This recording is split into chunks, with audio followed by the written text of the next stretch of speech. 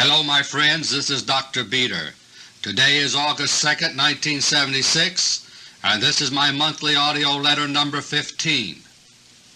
Normally I record each issue of my monthly audio letter around mid-month or later, but this month I must make an exception because of the urgency of what I have to tell you. In monthly audio letter number 12 3 months ago, I revealed the joint Rockefeller-Soviet plan for Nuclear War I to be waged primarily on American soil.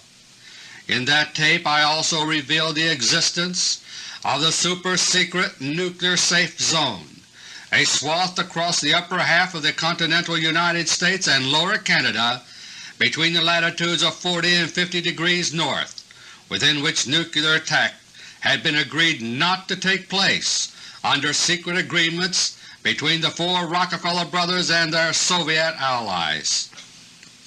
The fact that the four brothers themselves take this agreement very seriously is reflected by the fact that they have virtually abandoned the famous Rockefeller estates at Pocantico Hills, New York, moving their secret documents and other assets to their other homes on Mount Desert Island and Bartlett Island, just off the coast of Maine, right in the middle of the nuclear safe zone. Only today, in fact, Nelson Rockefeller entertained reporters at Seal Harbor, which is on Mount Desert Island. But in monthly audio letter number 12, I also reported that more and more of the trustees of the major Rockefeller-controlled foundations, through whom the Rockefellers exercise their control over our economy and our government, are increasingly fearful that the One World program of the Rockefellers has jumped the tracks.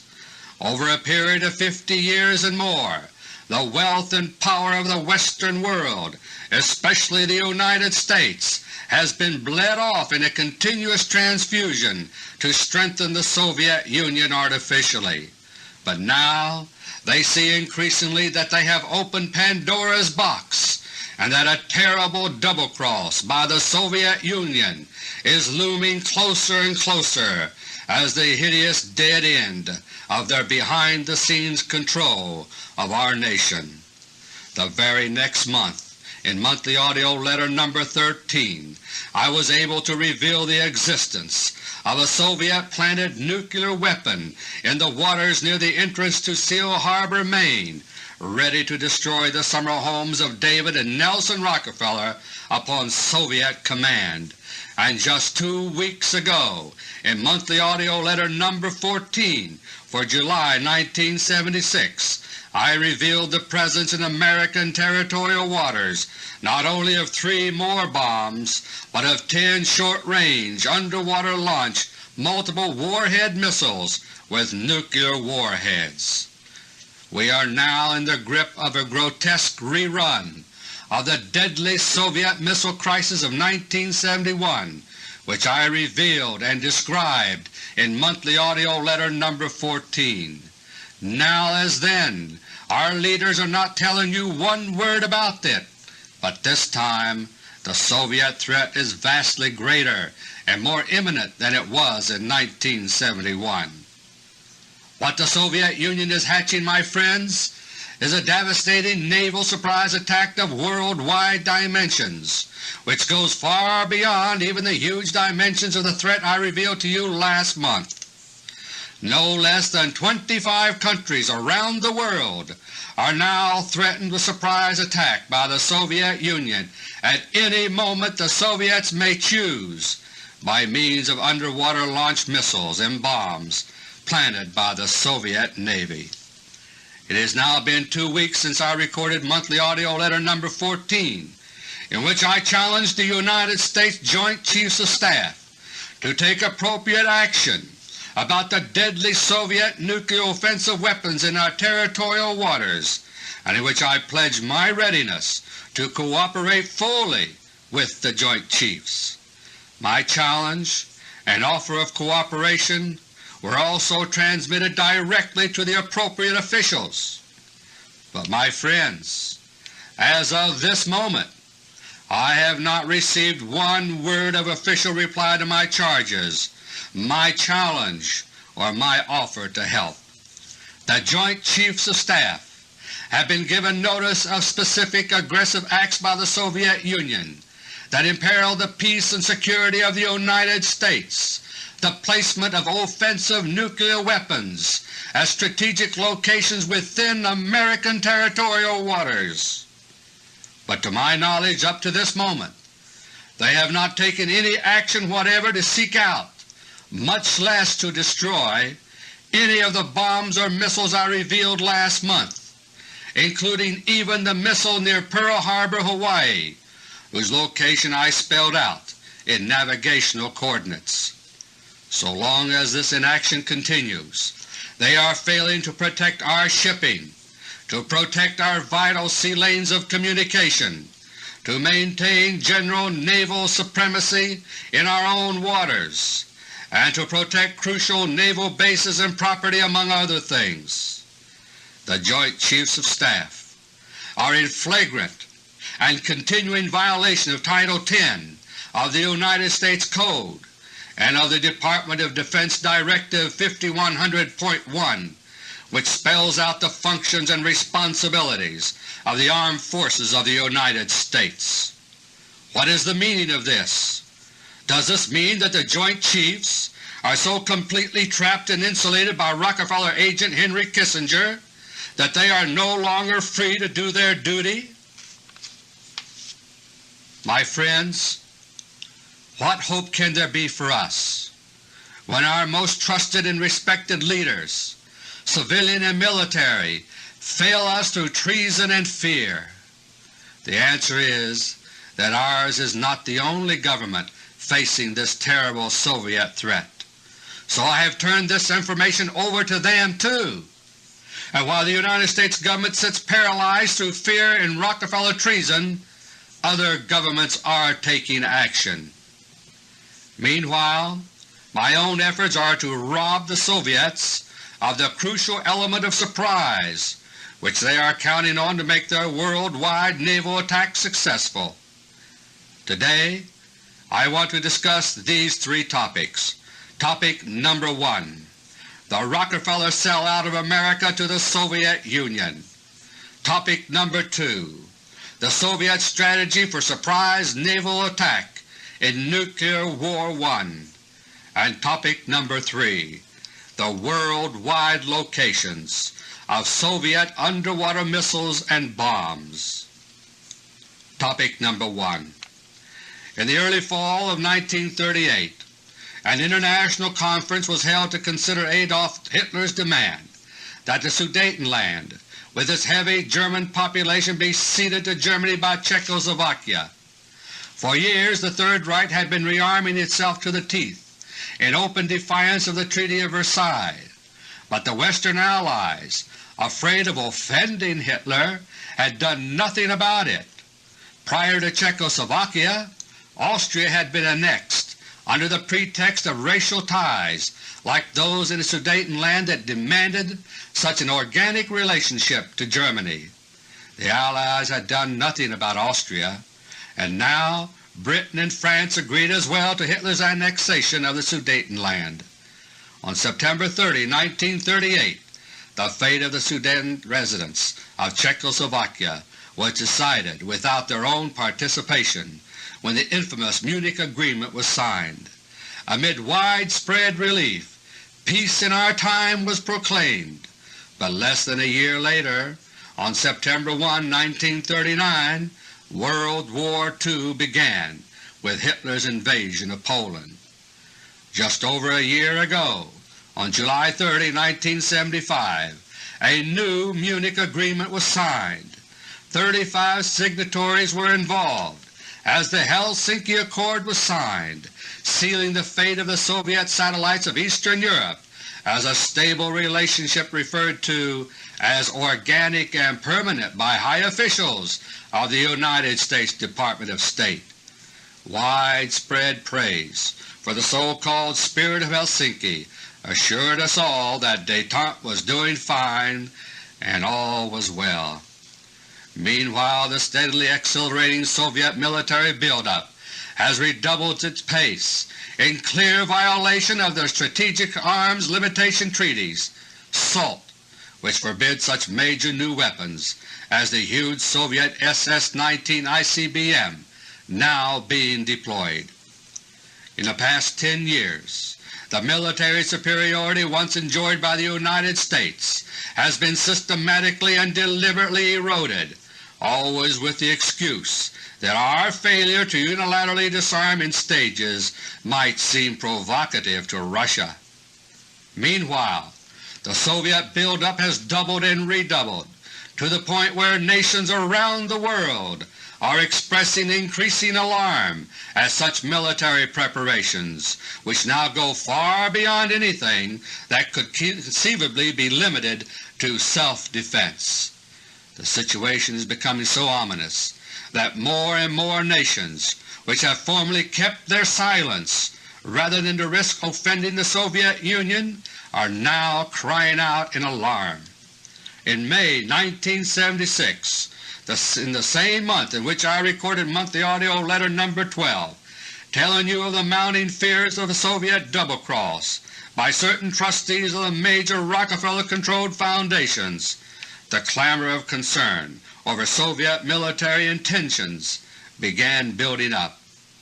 For example, on May 9, 1976, Denmark's Foreign Minister K. B. Anderson was quoted as saying about neighboring Soviet and Warsaw Pact exercises, quote, "The military activity in the last few years has been more than is necessary for defensive purposes.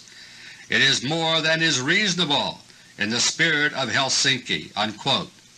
The Danes are especially worried about amphibious landing maneuvers which are being carried out on the Baltic coast and which are moving ever closer to Denmark, which controls the straits which lead from the Baltic into the North Sea.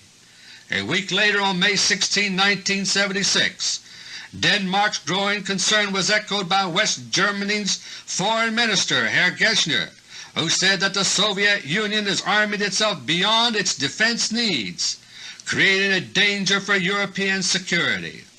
About the same time, half a world away, the Japanese were increasingly voicing serious concern over Soviet military escalation. Since the beginning of 1976, there has been a dramatic increase in Soviet naval and air activity in the vicinity of Japan, including frequent scrambling of aircraft, numerous violations of Japanese airspace by Soviet aircraft, and submarine exercises just off Japan. By late May, the same theme had been taken up by Great Britain.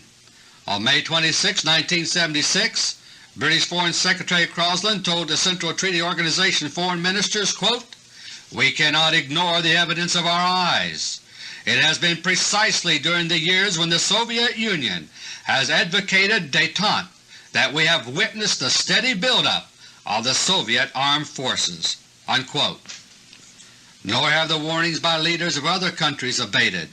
Australia's Prime Minister Malcolm Fraser has rightly criticized détente as an illusion used by the Soviet Union to veil its imperialist designs.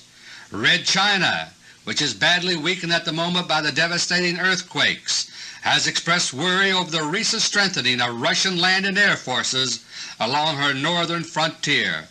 And only 3 days ago, on the first anniversary of the Helsinki Agreement, Mrs. Margaret Thatcher, leader of the Conservative Party in Britain, reinforced her warnings voiced earlier this year concerning the very real and growing threat posed by the Soviet Union. Meanwhile, here in our own United States, all attempts to voice similar warnings are suppressed, muted, and diffused. Recently the Chairman of the Joint Chiefs of Staff, General George S. Brown, revealed that while the American Pacific Fleet should be able to keep sea lanes open to Hawaii and thereabouts, quote, "because of a shortage of warships, the fleet will not be able to protect the sea lanes into the western Pacific." Unquote. Admiral James L. Holloway, Chief of the Naval Operations, has gone even farther, declaring that American warships now operate in the Sea of Japan only at the tolerance of the Soviet Pacific Fleet.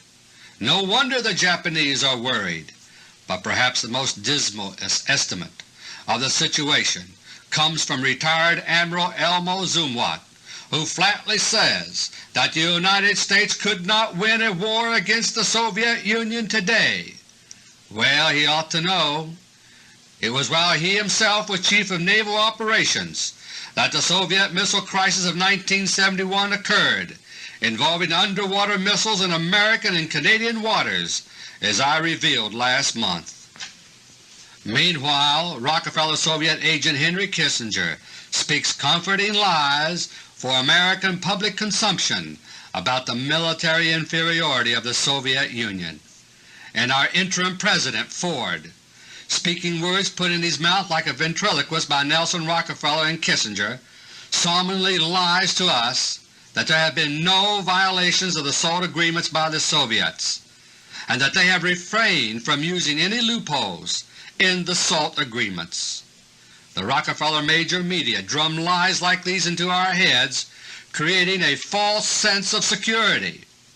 We, the people of the United States, as well as of the other countries now under the threat of the Soviet surprise attack, have been sold out by the four Rockefeller brothers and their agents in and out of government. Our trust of those in positions of leadership has been used against us at the very highest levels.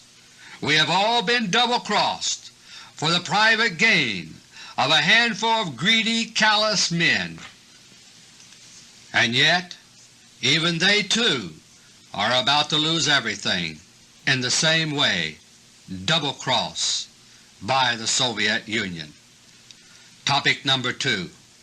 In this age of intercontinental ballistic missiles, Viking spacecraft landing on Mars, and B-1 bombers, it is easy to forget the indispensable roles played by land and sea forces. The vast tonnages of commodities that travel around the world in international trade travel not by air in most cases, but by land and especially by sea. For reasons of simple economics, the sea is still the unrivaled highway of the world's commerce, spelling prosperity for many and survival for some. And as long as this is true, navies will always play a major role in a nation's military power. If some Americans have forgotten this, the Soviet Union has not. For over 2 decades, just one man has been continuously in command of the Soviet Navy, Admiral Sergei Gorshkov. The Soviet Union has less need of a navy for defensive purposes than many other nations, but for 21 years Admiral Gorshkov has worked relentlessly to build the Russian fleet into a formidable striking force worldwide, and he has succeeded. Starting as a minor defensive military arm when Stalin died in 1953, the Soviet Navy has been built into a modern armada in astonishingly short time, and it is still expanding rapidly. While the United States has been shutting down shipyards at home and losing bases abroad, the Soviet Union has been building new shipyards and stretching its reach by opening more and more bases far from its own shores. Even now, before the new American naval base is built on Diego Garcia in the Indian Ocean, the Russians are angling for a new base in the South Pacific on the island of Tonga north of Australia. Gorshkov has said, quote, "Establishing the conditions for gaining sea control has always required prolonged periods of time and the execution of a series of measures while still at peace." Unquote. He also emphasizes the importance of the Soviet fleet for exercising, quote, "influence on coastal countries." Unquote. Gorshkov claims that his Navy is now capable of fighting anywhere as a political tool in furthering the Kremlin's aims, including not only the wartime role of severing sea lanes, but even possible peacetime harassment and interference with shipping. He now considers the Soviet Navy to be, quote, "a long-ranged armed force which could exert decisive influence on the course of an armed struggle in theaters of military operation of vast extent." Unquote. In other words, The Soviet Navy is now a global striking force, and Gorshkov recently signaled his fleet that it will be the Navy which will bear the brunt of any armed conflict to come. Western military analysts have been puzzled by recent indications that the Soviet General Staff is preparing, quote, "new methods of repelling aggression and waging war." Unquote. Well, anti-tank guided missiles, which many analysts are concentrating on, are just a sideshow in these so-called new methods. The real focus in current Soviet military planning is the Navy, and prominent among these new methods are the underwater launched missiles and bombs which the Soviet Navy has now planted in coastal waters all around the world. Topic number 3.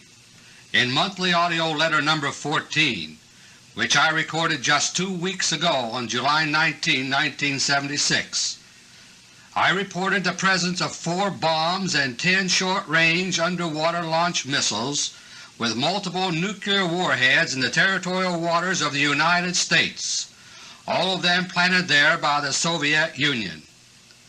I can now confirm that all of these bombs and nuclear warheads are of the thermonuclear variety, that is, hydrogen bombs, as opposed to smaller atomic bombs. What is more, the list for North America now includes 2 more missiles, one at the south end of Chesapeake Bay near Norfolk, Virginia, and the other in Canadian waters near Vancouver, Canada. Of these 2, the Norfolk missile has been planted just within the past few weeks. Here now are the navigational coordinates for the locations of the 16 nuclear weapons in United States and Canadian territorial waters. Most all of the locations are firm, but some could be off 1 or 2 miles. Near the entrance to Seal Harbor, Maine, hydrogen bomb, latitude 44 degrees 17 minutes 0 seconds north, longitude 68 degrees 14 minutes 0 seconds west. In a cove off Boston Bay near Quincy in Weymouth, Massachusetts, missile, latitude 42 degrees 14 minutes 30 seconds north, longitude 70 degrees 59 minutes 0 seconds west. Long Island Sound near Bridgeport, Connecticut, missile, latitude 41 degrees 9 minutes 40 seconds north, longitude 73 degrees 5 minutes 0 seconds west. Chesapeake Bay near Deal, Maryland, east of Washington, D.C., missile, latitude 38 degrees 46 minutes 0 seconds north, longitude 76 degrees 33 minutes 0 seconds west.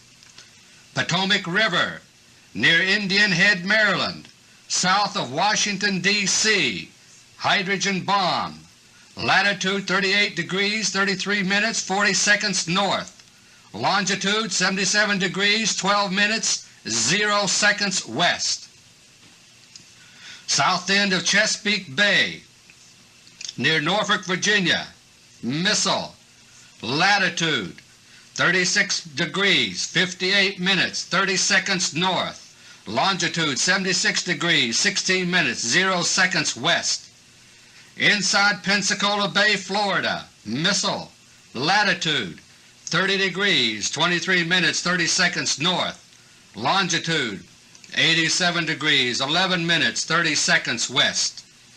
In the Mississippi River near New Orleans, hydrogen bomb. A correction here from monthly audio letter number 14. The bomb is downriver near Port Sulphur, Louisiana, rather than upriver. Latitude 29 degrees 35 minutes 30 seconds north, longitude 89 degrees 50 minutes 30 seconds west. In Galveston Bay, Texas, missile, latitude 29 degrees 22 minutes 10 seconds north, longitude 94 degrees 49 minutes 10 seconds west. Inside San Diego Bay near Chula Vista, California, missile, latitude 32 degrees 38 minutes 0 seconds north, longitude 117 degrees 7 minutes 0 seconds west. Inside San Pablo Bay near San Francisco, California, missile, latitude 37 degrees 59 minutes 0 seconds north, longitude 122 degrees 23 minutes 0 seconds west. In American waters between northwest Washington State and Vancouver Island, British Columbia, missile, latitude 48 degrees 13 minutes 0 seconds north, longitude 123 degrees 8 minutes 0 seconds west. In Canadian waters southwest of Crescent Beach near Vancouver, British Columbia, missile, latitude 48 degrees 58 minutes 9 seconds north, estimated longitude 122 degrees 57 minutes west. In Prince William Sound, Alaska, near the entrance to the port of Valdez, hydrogen bomb, latitude 60 degrees 57 minutes 40 seconds north, longitude 146 degrees 44 minutes 15 seconds west. In the waters just north of Cologne-Panama Canal Zone, missile, latitude 9 degrees 25 minutes 30 seconds north, longitude 79 degrees 54 minutes 45 seconds west. And finally, in the coastal waters just outside Pearl Harbor, Hawaii, missile, latitude 21 degrees 18 minutes 30 seconds north, longitude 157 degrees 58 minutes 58 seconds west. My friends, get out a map and mark these locations on it. See for yourself just how complete the surprise attack is that is being readied for the United States Navy. Then, after you have absorbed that, listen on, because, my friends, there is more, much more. The principal target of the Soviet Union in the surprise attack now planned is the United States of America. If we fall, the world falls. But that does not make us the only target. American naval forces are deployed worldwide. In addition, the Soviet Union has designs on Western Europe, the Mediterranean area, Southern Africa, China, Japan, Australia, India, the Persian Gulf, in short, the whole world. Large chunks of the world are already under direct Soviet control, while others are primarily within the direct influence of their Rockefeller partners, whose chips they plan to pick up by means of the double cross. But all the areas of the world which remain to be conquered or stand in the way of overwhelming Soviet victory are also targeted by bombs and underwater launch missiles planted in coastal waters. I can now report that coastal waters in at least 64 locations worldwide now contain nuclear offensive weapons planted by the Soviet Union. A few are bombs, but the vast majority are underwater launched multiple warhead missiles armed with hydrogen warheads. The Soviet Navy, true to the claims of its Commander-in-Chief Admiral Gorshkov that it is now a global striking force, is now poised for the most ambitious, most devastating surprise attack of all time, a worldwide Pearl Harbor type attack, designed to bring all the navies of the world to ruin at a single blow. If this naval attack succeeds, the sea lanes that are the lifeblood not only of defense but of trade and even survival for many nations will be severed and destroyed. Regardless of any reprisals by means of intercontinental ballistic missiles, bombers, and all the rest, the Soviet Union is prepared to survive the minimum casualties, no more than perhaps 10 million, which the Kremlin is willing to accept thanks to the all-out civil defense preparations which have been underway in Russia for years. Eventually, they reason, even if, and that is a very big if we do strike back, we will run out of ICBM missiles and will consume all of our remaining defenses without any hope of ultimate success, robbed as we will be of any significant naval power. Thus, whether their initial surprise attack persuades us all to just lay down our arms and surrender, or whether we first retaliate with such forces as we can muster after the destruction of our Navy, the Kremlin expects to emerge inevitably as the victor, as the unchallenged ruler of the entire world. That is what this worldwide Pearl Harbor attack is all about, and that is what I am trying to prevent by taking away the advantage of surprise that the Soviets are counting on. I will now give you the other locations worldwide. To save time, I will just give each latitude or longitude as 3 numbers, meaning degrees, minutes, and seconds respectively. Northern Europe, Scandinavia, and the British Isles are heavily targeted with underwater missiles and bombs. This is intended to free a considerable part of the Soviet Baltic Fleet for service elsewhere, and also to neutralize or eliminate the NATO air power, which is presently a weak spot for the Soviet Navy.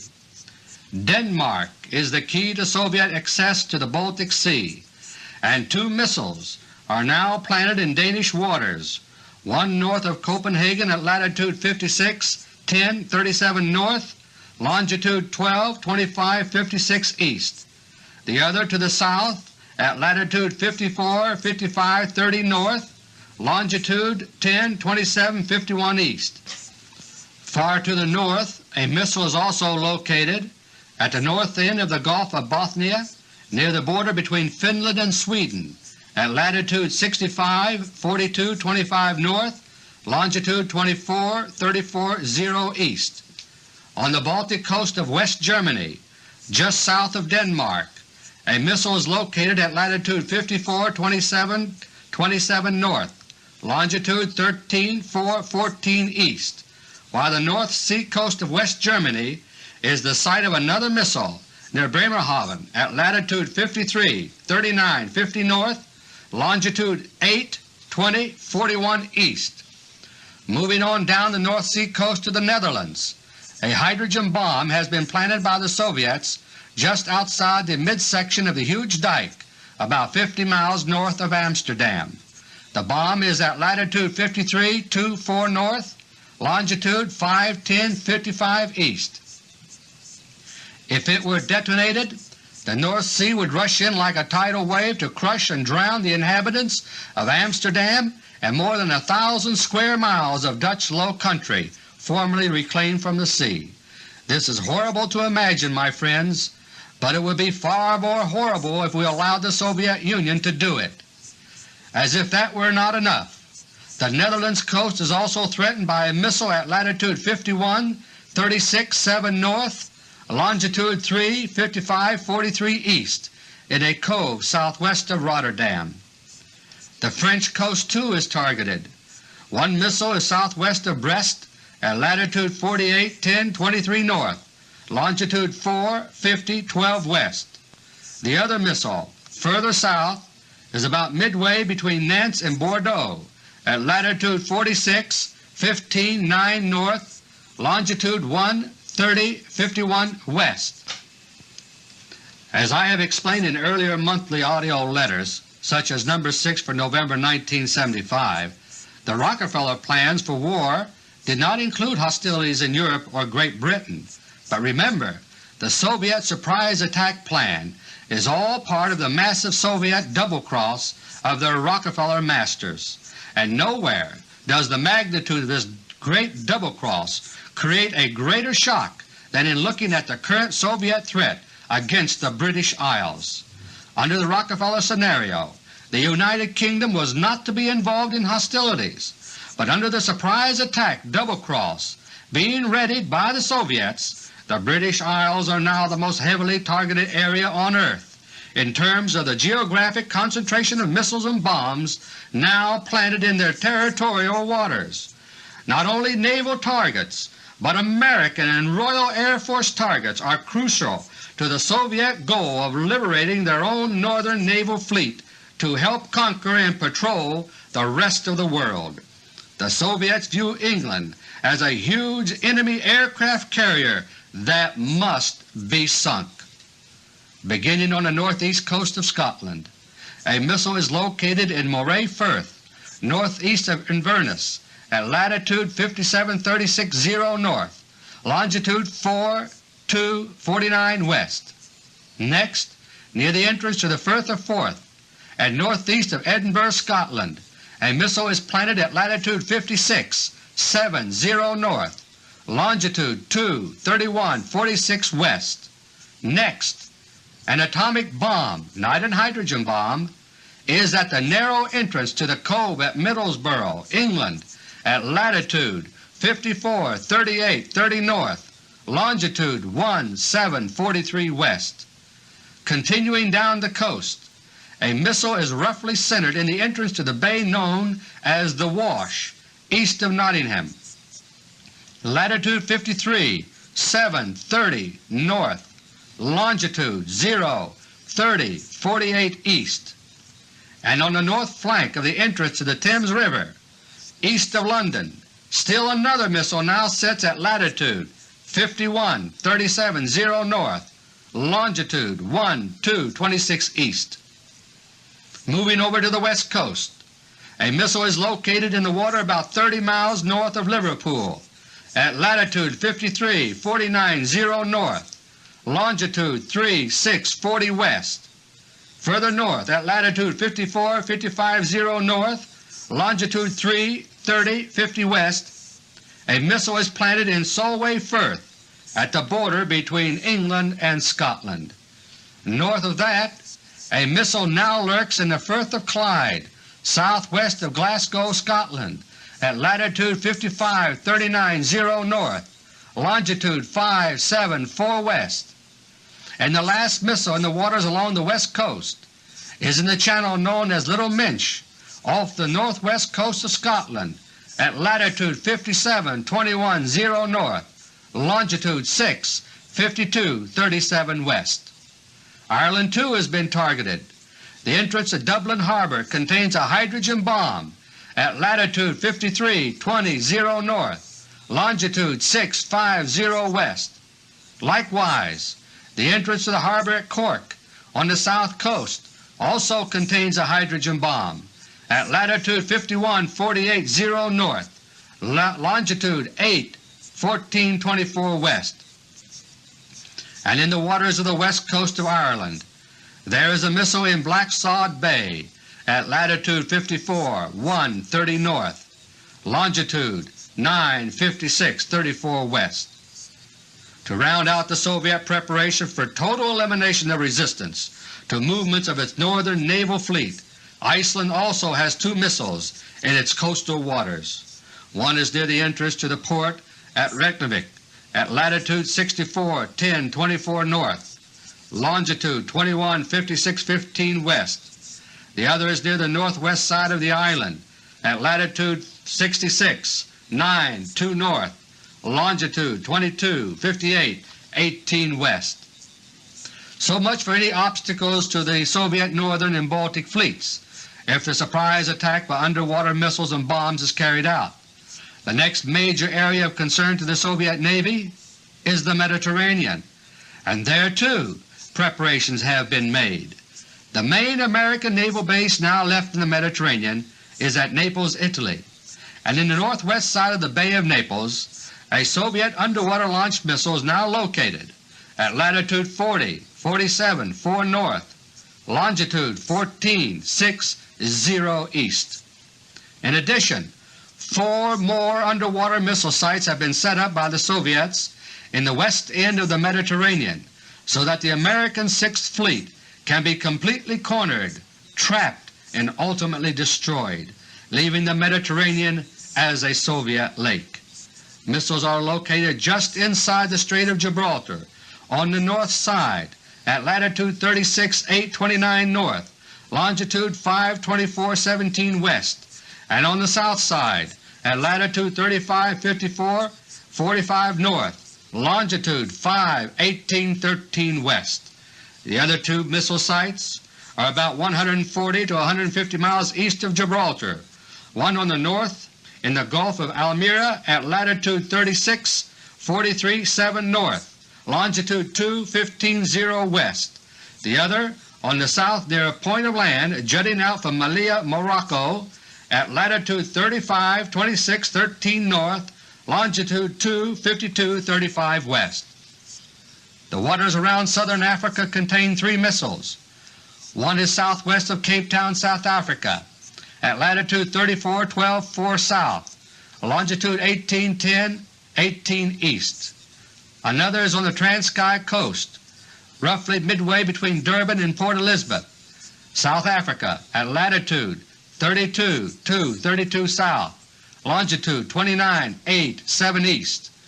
The third is in the bay near Lourenço Marques, Mozambique at latitude 25.54.56 south, longitude 32.57.11 east, about 300 miles east of Johannesburg, South Africa.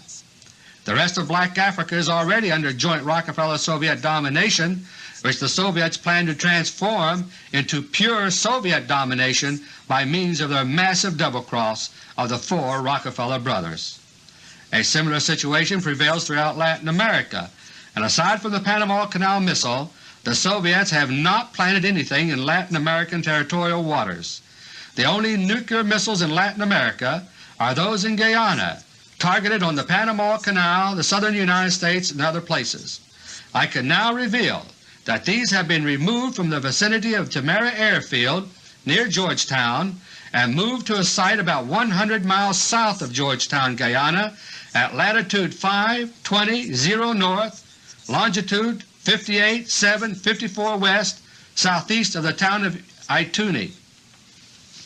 This remote site is now in use in order to separate the missiles from the Temera Airfield, which has been under heavy use for movement of Cuban troops to southern Africa, and which is also planned to be the landing point for the new Soviet backfire bomber, another aircraft, in an attack on the United States. Another area of strategic importance to the Soviet Union is the Persian Gulf, with Saudi Arabia to the southwest and Iran to the northeast. Under a secret deal made in 1972 by the Rockefeller Brothers through their agents Henry Kissinger and then-President Richard Nixon, a huge arsenal of sophisticated weaponry has been built up in Iran with a current value of over $10 billion.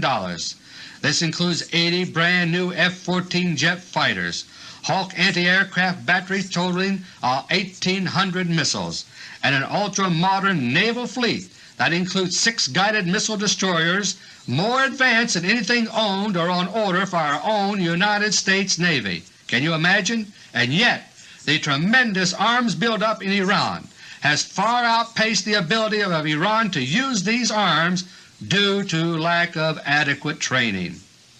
What is actually happening is that Iran is secretly being used by the Rockefeller Brothers to funnel weaponry into the Soviet Union itself and to an area which can be taken over by the Soviets in the coming war. The real Shah of Iran is United States Ambassador Richard Helms, the former head of the CIA, who now controls Iran for the Rockefeller Brothers. Just as we left $5 to $10 billion worth of weaponry behind for the North Vietnamese to pick up when we pulled out very hastily last year, the same thing is planned to happen in Iran. In both cases, these deals between the Rockefeller Brothers and the Soviet Union were made in return for secret agreements guaranteeing Rockefeller control of oil and other mineral interests in that region. But this arrangement is now about to blow up in the Rockefeller Brothers' faces, as well as yours and mine, in the worldwide surprise attack planned by the Soviets. There is now a Soviet underwater missile site in the Persian Gulf about 60 miles southwest of Bushehr, Iran, at latitude 28.33.40 north, longitude 48.55.29 east. As I explained in Monthly Audio Letter No. 6, November 1975, the joint war plan between the Rockefeller Brothers and their Soviet allies involved the outbreak of war in the Middle East as the trigger, with the disabling of Arab OPEC oil fields by means of an American limited nuclear strike. This would cripple Europe, rendering southern Africa vulnerable in turn to final conquest. Meanwhile, an Asian war was to be building up as a follow-on, with a joint Rockefeller-Soviet takeover of India and Red China, with Japan being whipped back into submission for the Rockefellers in the process. But now, under the audacious double-cross and worldwide Pearl Harbor-type surprise attack that has been plotted by the Soviet Union, the Soviets plan to make all of these dominoes tumble at once and into their own laps, with the Rockefeller Empire eliminated as a factor. To this end, many more underwater launch missiles are planted in coastal waters around the world. India is targeted with 2 such missiles. One is on the west side, northwest of Bombay, at latitude 20, 52, 56 north, longitude 71, 48, 39 east. The other is on the east side, in a cove south of Calcutta, at latitude 21, 45, 7 north, longitude 88, 17, 32 east. The waters east of Singapore contain a missile at latitude 1, 28, 52 north, longitude 105, 8, 51 east. Japan is threatened by Soviet missiles in its waters in 2 locations. One is in a bay at the south end of the island of Hokkaido at latitude 42, 17, 26 north, longitude 140, 30, 42 east. The other is in the coastal waters southeast of Hiroshima at latitude 34, 7, 15 north, longitude 132, 46, 32 east. Seoul, South Korea is threatened by a Soviet missile in the waters about 25 miles to the southwest at latitude 37, 21, 47 north, longitude 126, 30, 47 east. Red China is menaced by 3 Soviet underwater missiles in its territorial waters. One is in the Gulf of Chile, about 260 miles southeast of Peking, at latitude 38, 31, 34 north, longitude 120, 45, 43 east. The second is about 75 miles south of Shanghai, at latitude 30, 17, 55 north, longitude 121, 35, 44 east. And the third is about midway between Canton and Hong Kong, at latitude 22, 42, 2 north, longitude 113, 39, 56 east. In addition, there is a missile in the north end of the Gulf of Tonkin, about 50 miles east of Haiphong, Vietnam, at latitude 21, 430 north, longitude 107, 30, 14 east, and about 25 miles north of Taipei, off the northern tip of Taiwan. Still another missile sits waiting at latitude 25, 24, 11 north, longitude 121, 30, 41 east. To round out the Soviet plan for crushing all the rival navies of the world with one blow, underwater missiles are also planted in the waters of the Philippines and Australia. One of the Philippine missiles is in the water southwest of the Bataan Peninsula, within striking range of the United States naval bases at Subic Bay and south of Manila. The latitude is 1433, 8 north, longitude 120, 1555 east. The other Soviet missile in the Philippines is northwest of Panay Island at latitude 11, 51, 57 north, longitude 122, 50 east. As for Australia, 4 underwater missiles have been planted by the Soviet Navy around the heavily populated southwest quadrant of coastline. One is just south of Kangaroo Island, southwest of Adelaide, at latitude 36, 3, 43 south, longitude 137, 34, 7 east. Another is near the entrance to Port Phillip Bay, south of Melbourne, at latitude 38, 19, 3 south, longitude 144, 44, 44 east. The third missile is near the entrance to Port Jackson near Sydney at latitude 33, 50, 46 south, longitude 151, 16, 0 east. And missile number 4 is in the water northeast of Brisbane at latitude 27, 22, 14 south, longitude 153, 12, 24 east.